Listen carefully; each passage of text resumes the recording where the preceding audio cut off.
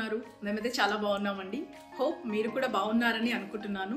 Welcome back to my channel ఆస్ట్రియాలో మీ Sravanthi. Video స్టార్టింగ్లో స్క్రీన్ షాట్ చూసి మీకు ఇప్పుడే అర్థమైపోయి ఉంటుంది కదా ఈరోజు టాపిక్ ఏంటని. సో ఇంకా లేట్ చేయకుండా టాపిక్లోకి వెళ్ళిపోదాం. ఇప్పుడు చాలామంది స్టూడెంట్స్ అయితే ఆస్ట్రియాలో మాస్టర్స్ చేయడానికి ఇష్టపడుతున్నారు. జనరల్గా ఎప్పుడు యూఎస్ఏ, జర్మనీ, కెనడా, ఆస్ట్రేలియా, యూకేలా కాకుండా ఆస్ట్రియా మీద కూడా ఫోకస్ పెరుగుతుంది. ఈరోజు టాపిక్ ఆస్ట్రియాలో మాస్టర్స్ ఎలా చేయాలి అనే దాని గురించి డీటెయిల్గా మాట్లాడుకుందాం. Actually masters admission process and application process almost bachelors admission process ఒకేలా ఉంటాయి. ఒకవేళ మీరు కనుక నా ప్రీవియస్ వీడియోస్ చూడకపోయినట్లయితే కింద డిస్క్రిప్షన్లో లింక్ ఇస్తాను, తప్పకుండా చూడండి. అండ్ నా ఛానల్ని ఫస్ట్ టైం చూస్తున్న వాళ్ళైతే తప్పకుండా సబ్స్క్రైబ్ చేసుకోండి. వీడియోలోకి వెళ్లే ముందు ఒక విషయం చెప్పాలి. లాస్ట్ 1 year నుంచి ఇండియా ఆస్ట్రియా రిలేషన్స్ అన్నవి చాలా స్ట్రాంగ్ అవుతూ ఉన్నాయి. లాస్ట్ ఇయర్ జూలైలో మన పిఎం శ్రీ నరేంద్ర మోడీ గారు ఆస్ట్రియాకి వచ్చారు. ఇది చాలా చాలా స్పెషల్ న్యూస్. ఎందుకంటే ఇండియా నుంచి ఒక ప్రైమ్ మినిస్టర్ రావడం అన్నది 40 yearsకి ముందు జరిగింది. 1983లో ఇందిరాగాంధీ గారు ఇక్కడికి వచ్చారు. మళ్ళీ ఇప్పుడు మోదీ గారు వచ్చారనమాట. ఇంకా అప్పటి నుంచి ఇండియా నుంచి మన లీడర్స్ వస్తూ ఉన్నారు. మన ఎక్స్టర్నల్ అఫైర్స్ మినిస్టర్ జయశంకర్ గారు అండ్ రీసెంట్గా మన ఫినాన్స్ మినిస్టర్ నిర్మలా సీతారామన్ గారు కూడా వచ్చారు. వీళ్ళందరూ రావడం అన్నది ఇండియా ఆస్ట్రియా రిలేషన్స్ ఇంకా స్ట్రాంగ్ చేయడానికి అనమాట. సో ఇది ఒక మంచి sign for Indian students and professionals. Chances చాలా ఎక్కువ ఉన్నాయి మీరు ఇక్కడ చదివి జాబ్ చేసి సెటిల్ అవ్వడానికి. సో నా తరపు నుంచి కూడా వెల్కమ్ టు ఆస్ట్రియా. ముందుగా ఆస్ట్రియాలో మాస్టర్స్ చేయడం ఎందుకు బెస్ట్ అని చెప్తాను. ఆస్ట్రియా అనేది యూరోప్లోనే ఒక మంచి ఎడ్యుకేషన్ హబ్ అండి. ఇక్కడ హయ్యర్ స్టడీస్ కోసం స్టూడెంట్స్కి చాలా మంచి ఆపర్చునిటీస్ కూడా ఉన్నాయి. కొన్ని కీ పాయింట్స్ ఏంటంటే ఇక్కడ ఫీజు అయితే పెద్దగా ఉండదు, మనం అఫోర్డ్ చేసేలాగానే ఫీజు ఉంటుంది. అండ్ ఈవెన్ కొన్ని కోర్సెస్ ఫ్రీగా కూడా చేయొచ్చు అనమాట.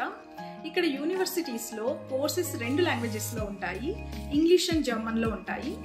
ఇక్కడ చదివితే European work permit and PR కూడా దొరికే ఛాన్సెస్ ఉన్నాయి. ఇక్కడ స్టూడెంట్స్ ఒకవైపు చదువుకుంటూనే పార్ట్ టైం జాబ్స్ కూడా చేయొచ్చు అనమాట. ఈ పార్ట్ టైం జాబ్స్ వల్ల స్టూడెంట్స్ తక్కువ ఖర్చుతో చదువుకోవచ్చు. నెక్స్ట్ ఆస్ట్రియాలో ఉన్న యూనివర్సిటీస్ గురించి తెలుసుకుందాము. ఆస్ట్రియాలో పబ్లిక్ యూనివర్సిటీస్తో పాటు ప్రైవేట్ యూనివర్సిటీస్ కూడా ఉన్నాయి.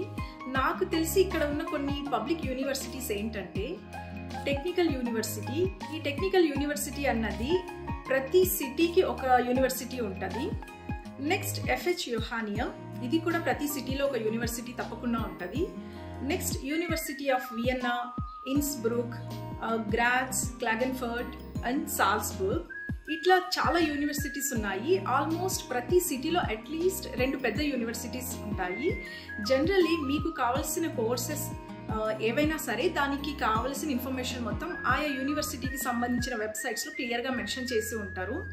మీకు ఏమైనా డౌట్స్ అండ్ క్వశ్చన్స్ ఉంటే ఆ యూనివర్సిటీకి మెయిల్ చేస్తే మీకు వాళ్ళు తప్పకుండా హెల్ప్ చేస్తారు. లేదంటే మీకు తెలిసిన వాళ్ళు ఎవరైనా ఆ యూనివర్సిటీలో చదువుతున్నారంటే వాళ్ళతో కూడా మీరు హెల్ప్ తీసుకోవచ్చు. బట్ మోస్ట్లీ ఇంటర్నేషనల్ స్టూడెంట్స్కి అని చెప్పి ఒక సెపరేట్ టీమ్ అయితే ఉంటారు. వాళ్ళు ప్రతి క్వశ్చన్కి మీకు రిప్లై ఇస్తూ ఉంటారనమాట. ఇప్పుడు నెక్స్ట్ మాస్టర్స్కి ఎట్లా అప్లై చేసుకోవాలి అండ్ ఎలిజిబిలిటీ ప్రాసెస్ ఏంటి అని చూద్దాము. First bachelors degree. ఇండియాలో 3 years డిగ్రీ ఉన్నా కూడా ఇక్కడ కొన్ని యూనివర్సిటీస్ యాక్సెప్ట్ చేస్తారు. మీరు ఒకవేళ ఇంగ్లీష్లో కనుక కోర్సెస్ చూస్ చేసుకుంటే దానికి ఐఎల్ట్స్ లేదంటే టోఫెల్ స్కోర్ అనేది అవసరం అండి. ఐఎల్ట్స్లో 6.5 కన్నా ఎక్కువ ఉండాలి స్కోర్. ఒకవేళ మీరు జర్మన్లో కనుక కోర్సెస్ చూస్ చేసుకుంటే మినిమం A2 లెవెల్ లాంగ్వేజ్ ఉండాలి. ఇంకా ఇక్కడ కొన్ని కోర్సెస్కి ఎంట్రన్స్ ఎగ్జామ్ అండ్ ఇంటర్వ్యూ కూడా ఉంటుంది. ఇంటర్వ్యూ అంటే పెద్దగా భయపడాల్సిన అవసరం ఏం లేదండి. మీరు చూస్ చేసుకున్న కోర్సులో మీకు ఎంతవరకు నాలెడ్జ్ ఉన్నది అన్నది వాళ్ళు చెక్ చేస్తారంతే.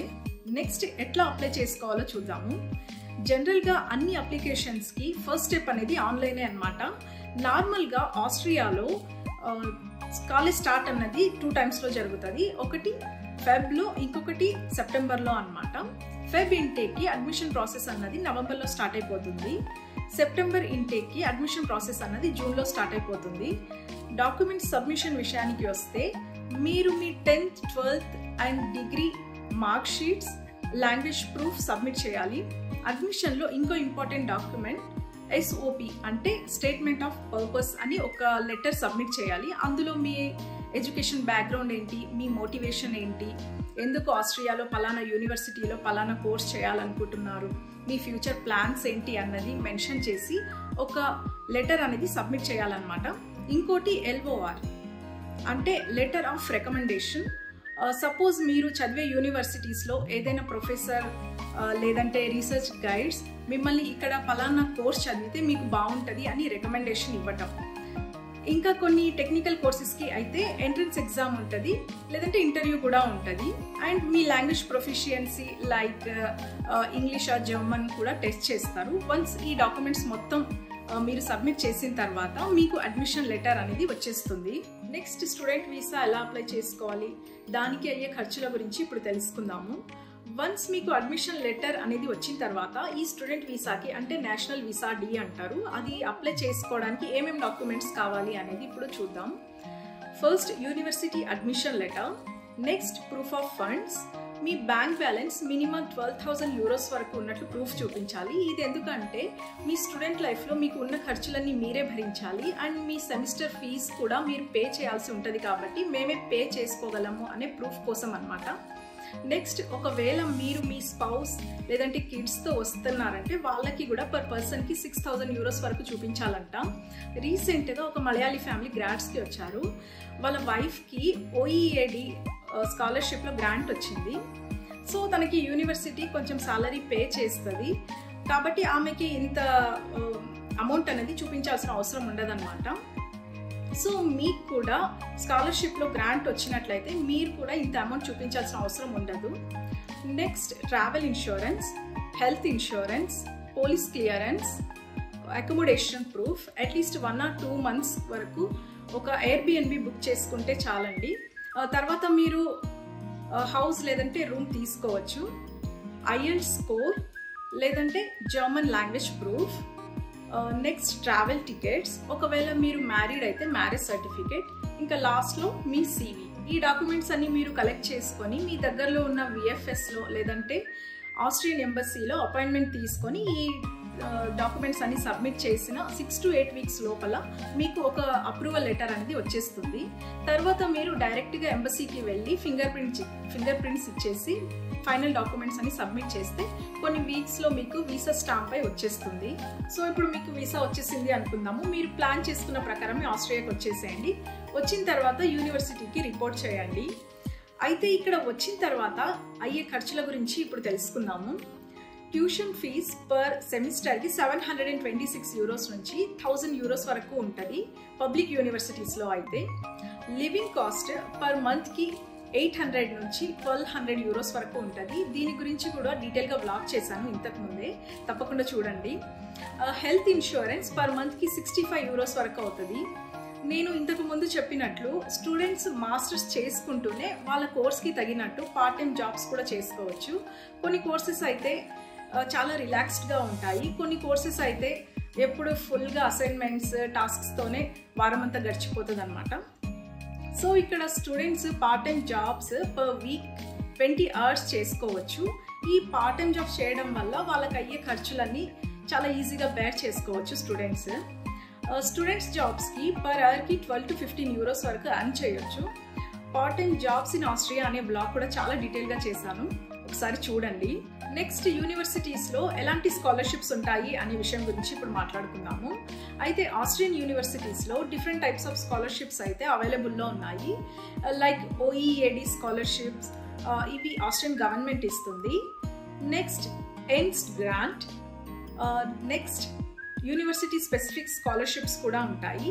ఈ స్కాలర్షిప్స్ అనేవి ఫినాన్షియల్లీ స్టూడెంట్స్కి చాలా సపోర్ట్ చేస్తాయండి. అండ్ మీరు ఈ స్కాలర్షిప్స్ని అడ్మిషన్ ప్రాసెస్ టైంలో యూనివర్సిటీస్తో డిస్కస్ చేసి అప్లై చేసుకోవచ్చు, లేదంటే కాలేజ్ జాయిన్ అయిన తర్వాత కూడా డిస్కస్ చేసి అప్లై చేసుకోవచ్చు అనమాట. నెక్స్ట్ ఆస్ట్రియాలో స్టూడెంట్ లైఫ్ ఎలా ఉంటుంది అని చూద్దాము. ఈ పాయింట్ బేస్ చేసుకొని మీరు ఆస్ట్రియాలో చాలా హ్యాపీగా చదువుకోవచ్చండి. ఇక్కడ స్టడీస్కి, ఎక్స్ట్రా క్యారిక్యులర్ యాక్టివిటీస్కి, ట్రావెల్కి ఈక్వల్గా ఇంపార్టెన్స్ ఇస్తారు. అండ్ ఈవెన్ దో జర్మనీలో మల్టీ కల్చరల్ కాకపోయినా ఆస్ట్రియాలో డిఫరెంట్ కల్చరల్ కమ్యూనిటీస్ అయితే ఉన్నాయండి. ఆస్ట్రియా రీసెర్చ్ అండ్ డెవలప్మెంట్లో చాలా అడ్వాన్స్డ్గా ఉంది. సో ఇక్కడ జాబ్ ఆపర్చునిటీస్ కూడా ఎక్కువనే చెప్పాలి. అండ్ ఇంకొక మంచి విషయం ఏంటంటే ఇక్కడ అన్ని జాబ్స్ వాళ్ళని ఈక్వల్గా ట్రీట్ చేస్తారు. సేఫ్టీ పరంగా కూడా క్రైమ్ రేట్స్ చాలా తక్కువనే చెప్పాలి. అండ్ అమ్మాయిలకి కూడా చాలా సేఫ్ ప్లేస్ అని చెప్పొచ్చు. అండ్ స్పెసిఫిక్గా తెలుగు కమ్యూనిటీస్ కూడా చాలా ఉన్నాయి. వియన్నాలో 2 తెలుగు కమ్యూనిటీస్ ఉన్నాయి, గ్రాడ్స్లో ఒక తెలుగు కమ్యూనిటీ ఉంది. ఇలా ప్రతి సిటీకి ఒక తెలుగు కమ్యూనిటీ అన్నది తప్పకుండా ఉంటుంది. అండ్ ముందు చెప్పినట్లు ఆస్ట్రియా అనేది యూరోప్లో సెంటర్లో ఉన్నందుకు చుట్టూ ఉన్న 8 to 10 కంట్రీస్ని వీసా ఫ్రీ ట్రావెల్ చేయొచ్చు. ఇక్కడ చాలా హాలిడేస్ కూడా ఉంటాయండి. మీరు ఈవెన్ ఇండియాకి కూడా మల్టిపుల్ టైమ్స్ ట్రావెల్ చేయొచ్చు. యూఎస్లా ఎవరు క్వశ్చన్స్ అయితే అడగరు. సో అదండి, ఈ వీడియో మీకు ఆస్ట్రియాలో మాస్టర్స్ చదవడం గురించి ఒక క్లియర్ ఐడియా ఇచ్చిందని అనుకుంటున్నాను. నేను ఇంతకు ముందు వ్లాగ్స్లో ఇక్కడ స్టూడెంట్ లైఫ్ గురించి అండ్ ఇక్కడ అయ్యే ఖర్చుల గురించి కూడా డీటెయిల్గా వ్లాగ్స్ చేశాను. ఒకవేళ మీరు చూడకపోయినట్లయితే కింద డిస్క్రిప్షన్లో ఆ లింక్స్ కూడా పెడతాను, తప్పకుండా చూడండి. నేను గ్రాడ్స్ అనే సిటీలో ఉంటాను. మా ఊర్లో కూడా చాలా పెద్ద పెద్ద యూనివర్సిటీస్ అయితే ఉన్నాయి.